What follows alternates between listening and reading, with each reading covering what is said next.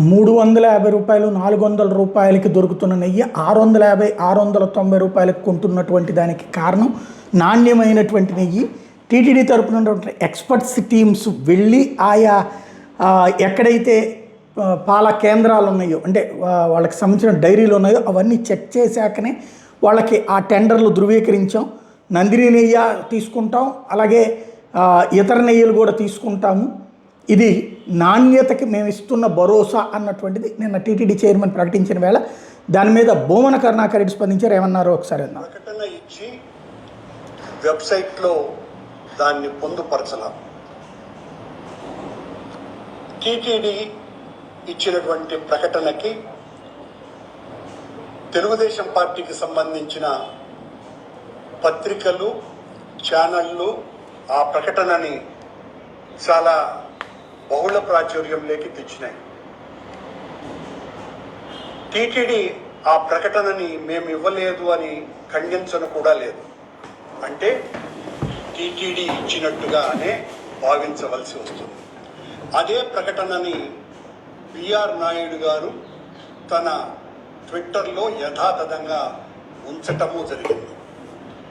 టీటీడీని ఎవరు ప్రశ్నించారని వాళ్ళు సమాధానం ఇచ్చినారో అర్థం కావటం లేదు. ఎవరు టీటీడీని ప్రశ్నించలా, ప్రశ్నించింది టీడీపీని.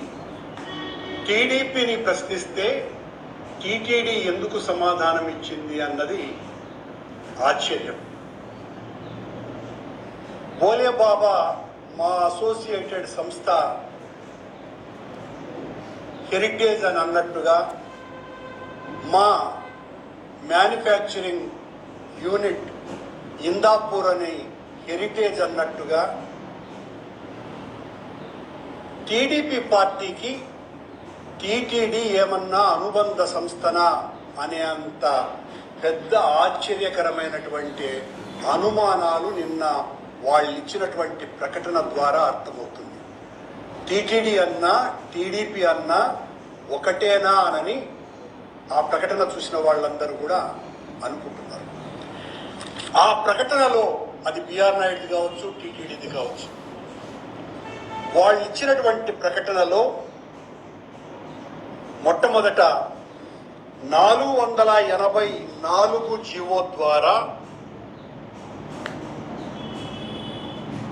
కర్ణాటక మిల్క్ ఫెడరేషన్ వాళ్ళు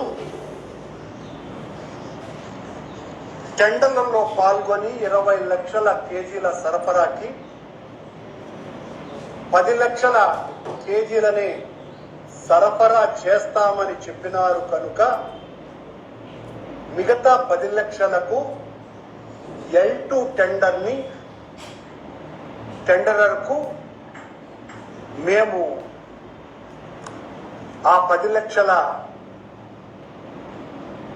సరఫరాను ఇచ్చినాము అని వాళ్ళు ప్రకటించినారు. జాతీయ స్థాయి డైరీకి. కానీ 484 జీవో చాలా ఇంపార్టెంట్. 484 రెజల్యూషన్లో పాల్గొన్నటువంటి ఈ కర్ణాటక మిల్క్ ఫెడరేషన్ అనగా నందిని మిల్క్ ప్రోడక్ట్స్ 20 లక్షల కేజీల సరఫరాకు సంబంధించి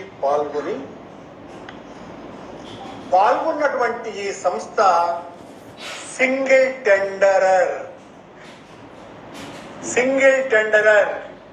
కానీ టీటీడీ తాను ఇచ్చినటువంటి ప్రకటనలో ఇది 20 లక్షలు సరఫరా చేయలేను అని చెబితే L2 టెండర్గా ఉన్నటువంటి జాతీయ డైరీకి ఇచ్చినాము అని ప్రకటించినారు.